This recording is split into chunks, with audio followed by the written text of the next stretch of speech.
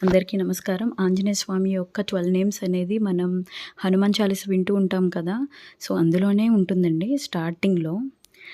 హనుమానంజనా సూనుః వాయుపుత్రో మహాబలః రామేష్టః ఫల్గుణశకः పింగాక్షో అమితవిక్రమः ఉదతిక్రమణశ్చైవ సీతాశోకవినాశకः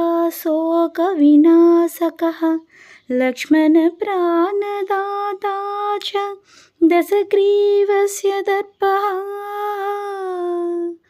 అయితే ద్వాదశైతన నామాన్ని అక్కడి నుంచి అది కాదు.